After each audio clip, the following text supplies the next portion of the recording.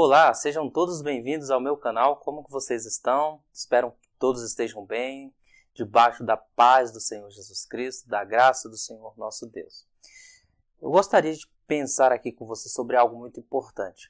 Imagine que a pessoa mais rica do mundo depositasse sobre suas mãos um diamante e te fizesse um pedido com uma condição. O pedido era que você cuidasse desse diamante e a condição para você cuidar desse diamante era que a sua vida depende desse cuidado desse diamante. Uma responsabilidade imensa, um desafio enorme, mas vale a pena. Afinal de contas, sua vida depende desse seu cuidado.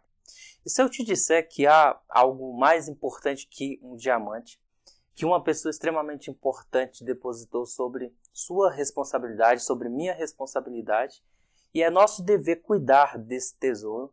E a forma como que lidamos com esse tesouro depende, ou vai depender, o resultado da nossa vida. Essa pessoa importante que depositou esse tesouro sobre o meu e sobre o seu cuidado é o próprio Deus. Esse tesouro é o nosso coração. E o texto que nós vamos olhar, aprender com a palavra de Deus hoje, nos ordena e nos orienta, nos aconselha a termos o cuidado do nosso coração, é esse tesouro. O texto que nós vamos estar lendo, meditando nessa noite, está no livro... O texto que nós vamos estar meditando nessa oportunidade está no livro de Provérbios, capítulo de número 4, a partir do versículo de número 20. O coração. Como que nós lidamos com esse coração? Como nós temos visto, o livro de Provérbios é a receita ou receituário para manter uma vida de sabedoria e de integridade. Dentre tantos aspectos para mantermos uma vida de sabedoria, há um conselho específico sobre o cuidado do coração. Então vamos ao texto e ao longo do texto nós vamos entender o que é esse coração que a Bíblia fala. E eu já vou adiantando que não é o órgão físico que bombeia o sangue para o nosso coração, para a nossa vida, para o nosso corpo, para o nosso ser, mas fala do intelecto, da vontade, do espírito, da alma, do pensamento, do entendimento. E algo muito profundo nós iremos alcançar aqui e com certeza sairemos mais sábios. O texto diz assim, Provérbios de número 4, capítulo 4, o versículo de número 20 até o versículo de número 27 nos diz assim: Meu filho, escute as minhas palavras e preste atenção aos meus ensinamentos. Não deixe que eles se afastem dos seus olhos, guarde-os no mais íntimo do seu coração. Porque são vida para quem os encontra e saúde para todo o seu corpo. De tudo que se deve guardar, guarde bem o seu coração, porque dele procedem as fontes da vida. Afaste de você a falsidade da boca e mantenha longe de você a perversidade dos lábios. Que os seus olhos olhem direito e que as suas vistas se fixem no que está diante de você. Faça plana a vereda de seus pés, para que todos os seus caminhos sejam retos. Não se incline nem para a direita, nem para a esquerda. Afaste os seus pés do mal. Então vamos lá. O texto de Provérbios aqui, ele começa com uma advertência muito importante. O texto ele nos dá orientações que apontam para uma verdade sublime. Sabedoria para manter um coração sábio.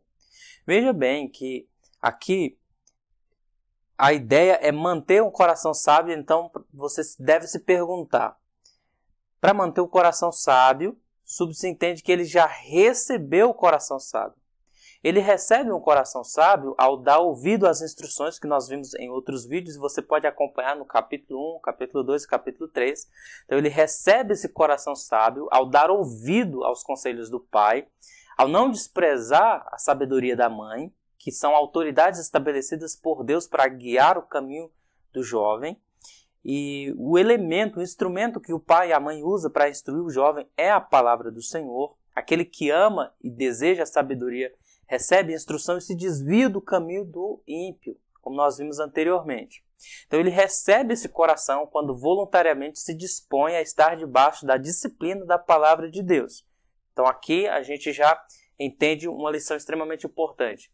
Receber a sabedoria é extremamente importante, mas a missão não se limita aí. A missão requer de mim, de você, a manutenção dessa sabedoria, manter esse coração sábio, que é justamente não se desviar, não voltar para trás. Por isso que o versículo de número 20 e 21, o texto nos fala para ele se manter firme. E aí ele fala assim, ó, que quem se mantém sábio, a pessoa que se mantém sábia é aquela que guarda a palavra no coração. Verso de número 20. Escute as minhas palavras, ou seja, a palavra entra pelo ouvido. Preste atenção aos meus entendimentos, aos meus ensinamentos, e você encontrará entendimento. Ou seja, a palavra entra, mas ela não se dissipa, ela não se perde, ela é apreendida, ela é guardada no coração, os ensinamentos. E o verso 21 fala assim, ó, não deixes que elas se afastem dos seus olhos, ou seja, em primeiro lugar ele recebe a instrução oral, em segundo lugar os olhos dele estão fixos, porque o olho orienta por onde nós coordenamos os nossos passos, que os seus olhos fiquem firmes e guarde no mais íntimo do seu coração.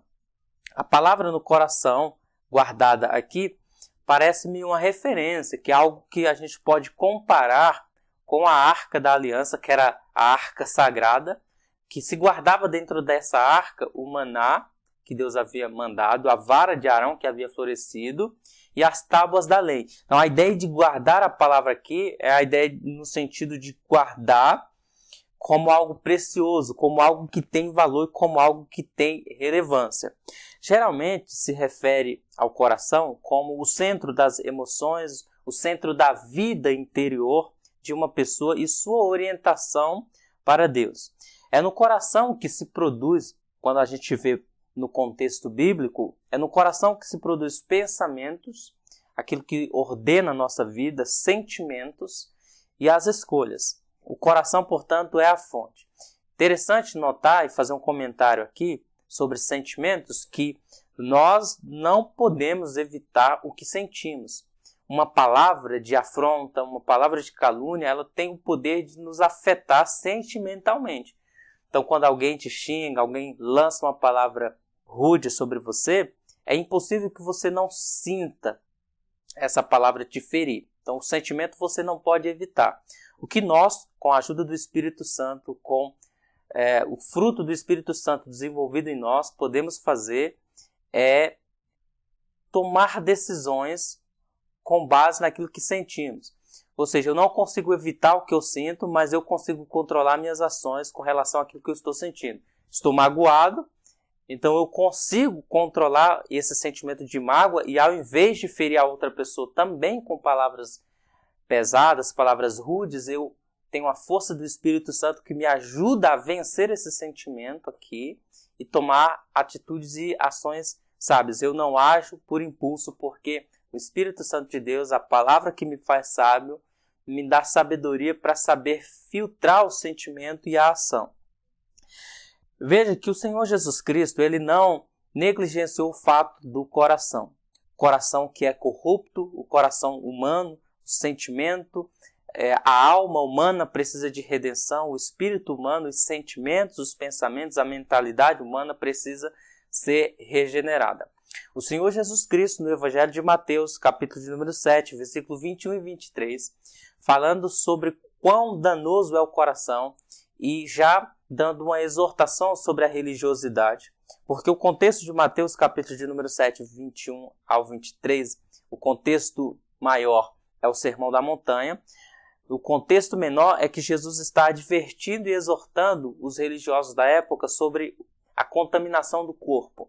Alguns eram tão restritos quanto ao que comer, quanto ao que beber, que eles tinham uma lista enorme do que se podia fazer ou não. E aí eles taxavam algumas coisas como alimentos ou bebidas como algo impuro. E Jesus diz que o real problema não é o que entra, não é o alimento que entra, mas o que sai do coração.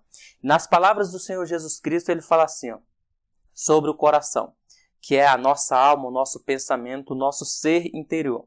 Porque de dentro do coração das pessoas é que procedem os maus pensamentos, as imoralidades sexuais, os furtos, os homicídios, versículo 22, os adultérios, a avareza, as maldades, o engano, a libertinagem, a inveja, a blasfêmia, o orgulho, a falta de juízo. Todos estes males, verso 23, vêm de dentro e é isso que contamina a pessoa. Então, se a fonte está ruim, todo o rio será contaminado. Ou seja, a fonte, que é o coração, está poluída. Então, todas as ações que coordenam a pessoa, esse coração que coordena as ações da pessoa, vai resultar inevitavelmente de ações contaminadas, manchadas e maculadas.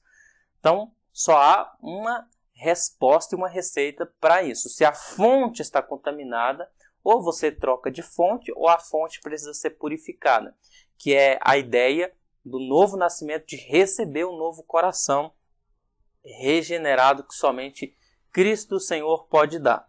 Em Lucas capítulo 6, versículo 35, parte B, o Senhor Jesus Cristo, só sintetizando isso, corroborando esse pensamento, ele diz que a boca fala do que está cheio o coração. Novamente, as ações são refletidas por algo mais íntimo, algo mais profundo, que é o coração. Então, quando nós olhamos para o texto de Provérbios aqui, o conselho do pai ao jovem que ouve as palavras, que fixa os seus olhos nos mandamentos, isso é importante, ele diz isso. No versículo de número 22, a importância de se manter a sabedoria é pelo fato de que são vida para os que as encontram. E aqui é importante porque a palavra encontra não está à toa. Não é à toa que essa palavra está aí. Porque só encontra algo quem busca. Então a sabedoria não é algo que vem simplesmente assim do nada, você está à toa, procrastinando e de repente você é dotado de sabedoria.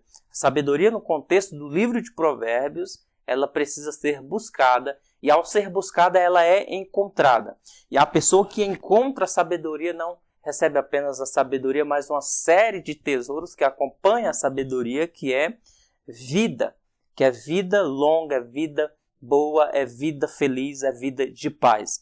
E essa sabedoria que é recebida no íntimo e colocada em prática, automaticamente vai resultar, versículo 22, parte B, em saúde para o seu corpo. Novamente, veja o paralelo. É algo que é apreendido dentro, mas que vai gerar resultado fora. Então, aqui falando do corpo, o corpo é algo extremamente importante que muitas vezes as pessoas negligenciam. O corpo, na perspectiva do apóstolo Paulo, é o templo do Espírito Santo. Então nós temos que cuidar bem do nosso corpo. E a melhor forma de mantermos o corpo bem é através desse corpo agirmos com sabedoria e entendimento. E aí o verso 23, que é o versículo central, ele diz que de tudo que se deve guardar, de tantas coisas que se deve guardar, nós devemos guardar bem o coração. Não é simplesmente guardar, é guardar com muita cautela, é guardar muito bem. A ideia de guardar muito bem aqui, na expressão mais próxima do original, é a ideia de um guarda que guarda uma prisão. Ou seja, é alguém que está vigilante ali para que o que está sendo guardado dentro não seja perdido, não seja roubado. Guarda bem o coração. E quando você guarda bem o coração, você precisa se pensar. Poxa, Josué, então como que eu guardo bem o meu coração? Ele dá a ordenança. Você deve guardar o coração, mas a palavra de Deus, que é riquíssima, ela não nos lança no escuro. Muito pelo contrário, ela lança luz à nossa vontade de agir com sabedoria. Aí ele diz o porquê devemos guardar o coração, porque são deles que procedem as fontes da vida. Então aqui o coração é a fonte. E aí ele diz como que nós guardamos o nosso coração. Verso 24. Afaste de você a falsidade da boca e mantenha longe de você a perversidade dos lábios. Então, em primeiro lugar, aqui nós vemos que o coração é a fonte e a boca aqui é como se fosse um braço desse rio. Imagine uma caixa d'água e uma torneira. Então, a caixa d'água é a fonte e a torneira é o meio pelo qual a água que está na caixa sai. Então, da mesma forma, o coração se mantém puro, purificado, e automaticamente o que sai dessa boca, que é a torneira, vai apresentar o que está dentro do coração. Foi o que Jesus falou. A boca fala do que está cheio o coração. Então, aqui você mantém o coração sábio, guarda o coração, quando também você guarda a boca e você mantém longe a perversidade dos lábios. E aqui você pode incluir sobre guardar a boca sobre a mentira, a falsidade, palavras torpes, né? Há uma série de mandamentos na Bíblia que nos instrui sobre o que se deve falar ou não. A Bíblia fala no próprio livro de Provérbios que aquele que em uma reunião se mantém em silêncio se passa por sábio. Então, se não tem muito o que falar, é melhor manter o silêncio. Muitas das vezes, o silêncio é a melhor resposta para o tolo. Então, irmãos, nós vivemos um tempo onde as pessoas ficam muito apressadas, aceleradas para se falar, não ponderam o que vai falar. Uma palavra dita, ela não volta atrás. Palavras que ferem, elas precisam se desculpadas, mas a marca vai ficar. Então nós temos que tomar muito cuidado, porque palavras ditas são como oportunidades que se passam, são como flechas que são atiradas que não voltam mais. O que resta são apenas consequências. Então guardamos o nosso coração quando afastamos dos nossos lábios as palavras torpes, palavras de perversidade. Verso de número 25 continua falando que os olhos apontam para a direção. Então você guarda a boca e aí você orienta a sua vida por aquilo que você olha. Verso de número 25. Que os seus olhos olhem direito. E o que é olhar direito? E que as suas vistas fixem no que está diante de você. Isso aqui nada mais é do que decisão para o percurso da vida. Uma pessoa que está em dúvida não chega a lugar nenhum. É comparado a alguém que fica andando em círculo. A ideia aqui é a ideia de alguém que sabe o que quer, a ideia de alguém que sabe para onde vai e que não desvia o seu olhar, como o próprio texto fala, não se desvia nem para a direita nem para a esquerda, verso de número 27. Ou seja, está focado, tem um alvo e nada e nem ninguém o distrairá no percurso antes que ele alcance a sua meta, o seu objetivo. Isso aqui se pode aplicar em vários aspectos da sua vida. Profissional, sentimental, espiritual, financeira. Se você tem uma meta estabelecida, você tem que guardar a sua boca, não sair contando tudo da sua vida para qualquer pessoa, não falar dos seus planos, não falar dos seus projetos, simplesmente cultivar aquilo que está dentro do seu coração, ter um foco, uma meta e não desistir. Perseguir e perseverar o seu projeto, o seu sonho até o fim. O segredo das pessoas que vencem na vida é isso. Não desistir. As pessoas caem 1, 2, 3, 4 vezes, mas não desistem. E na vida, eu gosto muito de uma frase que diz que 1% é inspiração, 99% é transpiração. Então, na vida, nós temos que nos esforçar mais do que qualquer outra pessoa. E o maior vencedor, a mulher mais vencedora, o homem mais vitorioso, não é aquele que vence o outro, é aquele que vence a si próprio. Então, guardar o coração é manter a boca, às vezes em silêncio, manter os olhos fixos e não olhar para quem está do seu lado, que talvez está crescendo mais ou menos. Mantenha o seu foco, cumpra a sua missão, prossegue o seu sonho, persegue o seu sonho e não desista. E aí o verso de número 26 e 27... fala que todos nós estamos em um caminho, rumo a uma direção. Verso 26. Faça plana a vereda dos seus pés. Então isso é uma responsabilidade pessoal. Porque tem muita gente, acho que você concorda com isso, que está querendo cuidar dos passos do outro. Quer conduzir os passos do outro. Mas a instrução bíblica é que eu e você devemos orientar os nossos pés. Porque se nós não conseguirmos conduzir a nossa vida com integridade, como que nós guiaremos os outros? Então, a maior responsabilidade é a responsabilidade pessoal. Saúde do corpo é sua, é você que tem que cuidar do seu corpo. Ah, você quer conquistar um emprego melhor? Então é você que tem que correr atrás dos seus estudos. Ah, eu quero ser salvo. Então é você que tem que se arrepender, você que tem que buscar a Deus. Responsabilidade pessoal. Faça plana as veredas dos seus pés, para que todos os seus caminhos sejam retos. Ou seja, na caminhada que é pessoal, a responsabilidade que é pessoal, aqui você tem que agir com integridade em todos os aspectos da sua vida. Ah, mas tem pessoas que estão progredindo, estão prosperando ali por caminhos tortuosos. Aí é ela com Deus, mas eu e você devemos manter a integridade. É melhor ser um pobre íntegro e ter a consciência limpa e um dia ouvir da boca de Jesus, servo bom e fiel, do que ser a pessoa mais próspera desse mundo, vivendo na mentira, no suborno, no engano e naquele dia, infelizmente, ter de ouvir da boca do Senhor Jesus Cristo: servo mau e fiel, apartai-vos de mim, porque eu não vos conheço, vós que praticais a iniquidade.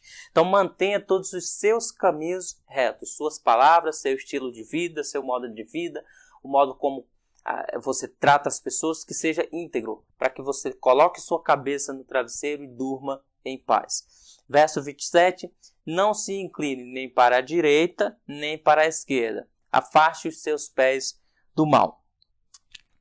A conclusão aqui do nosso vídeo, da nossa fala, é que todo mundo está indo em uma direção. A partir do momento que você nascemos, nós já estamos caminhando rumo a algum lugar.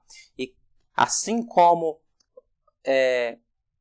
uma rodovia guia alguém para um estado, assim o modo como alguém se comporta vai guiar ela para um destino. Eu moro aqui próximo à Dutra, no centro de Guarulhos, e quando a gente entra na Dutra, você tem duas direções: sentido São Paulo, sentido Rio de Janeiro. Se eu pego a Dutra, sentido São Paulo, é impossível que eu chegue em outro lugar senão São Paulo. Se eu pego a Dutra, sentido Rio de Janeiro, inevitavelmente eu irei chegar no Rio de Janeiro. Quando nós ouvimos a palavra de Deus e decidimos negligenciar o que Deus diz na sua palavra e ele já aponta para o destino, inevitavelmente as pessoas vão colher os resultados de suas escolhas. Mas quando você decide dar ouvido à palavra de Deus, inevitavelmente, por mais que o caminho tenha espinhos, seja estreito e apertado, no final vai ser sucesso, salvação e glória eterna para todo sempre. Para concluir, 2 caminhos e 2 destinos.